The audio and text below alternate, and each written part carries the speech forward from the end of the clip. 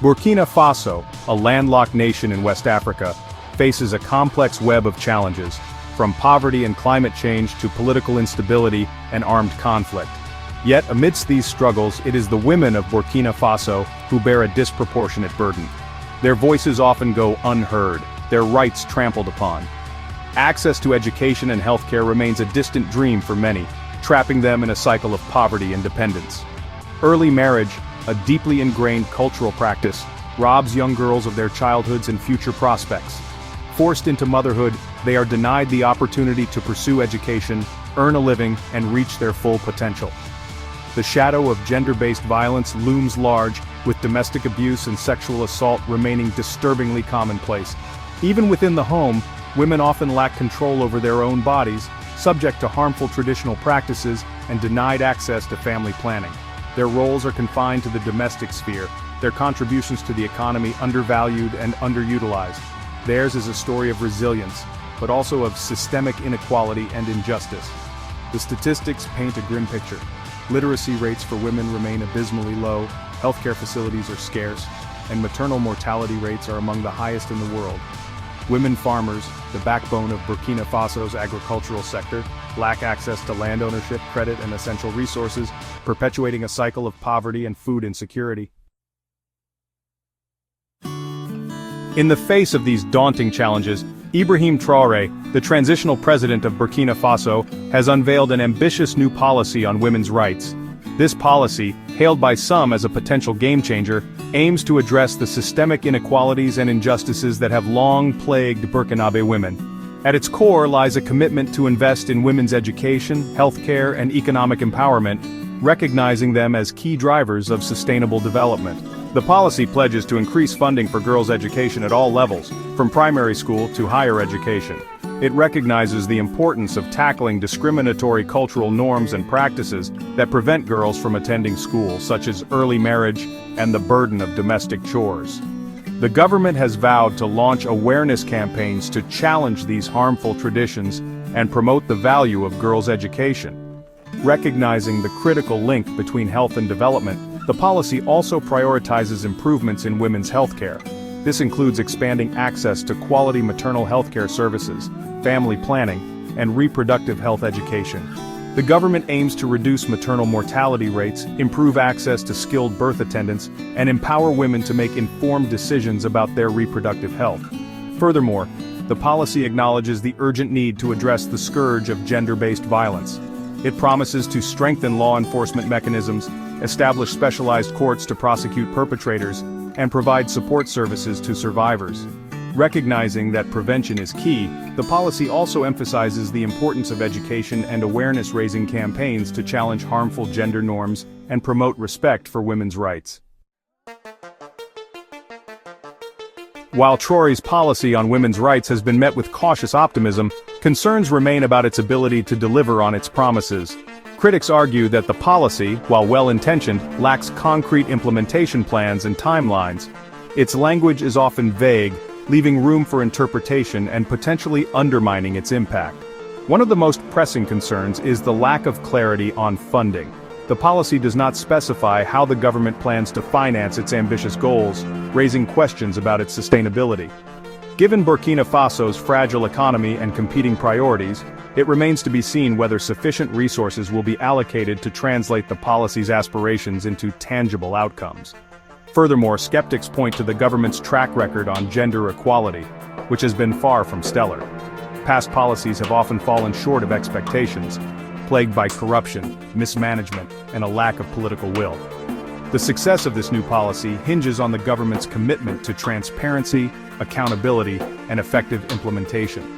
Another concern is the potential influence of conservative voices within Burkinabe society. Deeply entrenched patriarchal norms and resistance to change could hinder the policy's progress, particularly in rural areas where traditional beliefs hold sway.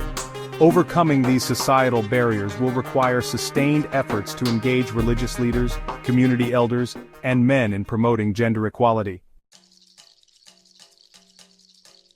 The success of Traore's policy will also depend on factors beyond Burkina Faso's borders. The country is grappling with a complex web of geopolitical challenges that could impact its ability to allocate resources to social programs like this one.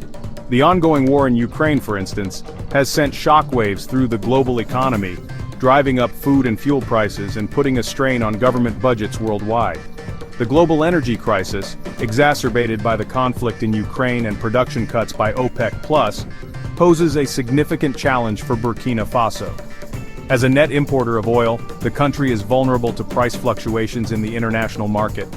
Higher energy costs could divert resources away from essential social programs, including those aimed at empowering women. Moreover, the shifting dynamics of international aid and development assistance could also impact the policy's implementation. Traditional donors, grappling with their own economic challenges, may be less inclined to provide financial support. This underscores the need for Burkina Faso to explore alternative sources of funding and strengthen its domestic resource mobilization efforts. The evolving relationship between the United States and Saudi Arabia, a major oil producer and a key player in the Muslim world, adds another layer of complexity. Strained relations between the two countries could have ripple effects on international aid flows and geopolitical alliances, potentially impacting Burkina Faso's ability to secure the necessary support for its development agenda. Section 5. Beyond Rhetoric: The Need for Concrete Action and Accountability. While Traore's policy on women's rights represents a step in the right direction, it is crucial to move beyond rhetoric and translate words into action.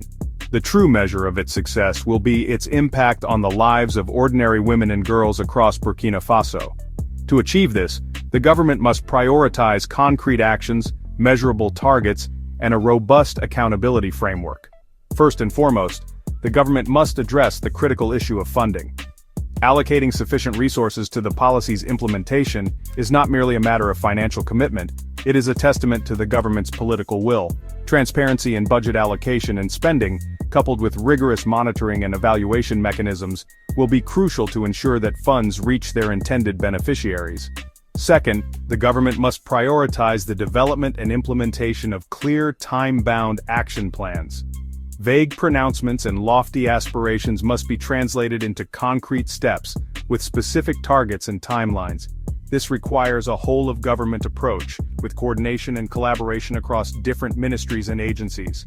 Third, the government must establish robust accountability mechanisms to track progress and ensure that the policy's objectives are being met. This includes regular reporting on key indicators, independent monitoring by civil society organizations, and mechanisms for public scrutiny and feedback. Holding government officials accountable for their performance is essential to drive progress and prevent the policy from becoming another empty promise. Section 6. Education, the cornerstone of empowerment. Education is not merely a right, it is a powerful tool for empowerment, enabling women to break free from the shackles of poverty and discrimination. Investing in girls' education is not just a moral imperative, it is also a smart economic strategy. Educated women are more likely to participate in the workforce, earn higher incomes, and contribute to their community's economic growth. To truly empower women through education, the government must go beyond simply increasing enrollment rates. It must address the systemic barriers that prevent girls from accessing quality education, particularly in rural areas. This includes investing in infrastructure, such as building more schools and providing access to clean water and sanitation facilities. Furthermore, the government must tackle the issue of gender-sensitive teaching materials and methods. Textbooks should promote gender equality, and teachers should be trained to create inclusive learning environments that challenge gender stereotypes and empower girls to pursue their aspirations, recognizing that education does not end in the classroom. The government should also invest in non-formal education programs for women and girls. This includes literacy programs, vocational training, and life skills development workshops. These programs can equip women with the knowledge and skills they need to participate in the workforce, start their own businesses, and become agents of change in their communities. Section 7. Healthcare, a fundamental right often denied. Access to quality healthcare, particularly maternal healthcare, is not a privilege. It is a fundamental human right. Yet for many women in Burkina Faso, it remains a distant dream. High maternal mortality rates, limited access to skilled birth attendants and inadequate healthcare infrastructure are stark reminders of the challenges that lie ahead. To improve women's health outcomes, the government must prioritize investments in healthcare infrastructure, particularly in rural areas. This includes building new health centers, upgrading existing facilities, and ensuring a steady supply of essential medicines and equipment. Furthermore, the government must address the critical shortage of healthcare professionals, particularly female healthcare workers. This requires investing in training and education programs, offering competitive salaries and benefits, and creating a supportive work environment that encourages women to pursue careers in healthcare. Recognizing that reproductive health is fundamental to women's overall well-being, the government must also expand access to family planning services and information. Empowering women to make informed decisions about their bodies and reproductive health is essential for reducing maternal mortality rates and improving women's lives. Section 8. Economic Justice, Breaking the Cycle of Poverty. Economic empowerment is not just about providing women with jobs, it is about dismantling the systemic barriers that prevent them from fully participating in the economy. It is about ensuring that women have equal access to land ownership, credit, and other resources they need to build a better future for themselves and their families. To promote women's economic empowerment, the government must address discriminatory laws and policies that hinder women's economic participation. This includes reforming land tenure systems to grant women equal rights to own and inherit land, and improving women's access to financial services such as microcredit and loans. Furthermore, the government should invest in skills development programs tailored to women's needs, providing them with the training and support they need to succeed in male-dominated sectors.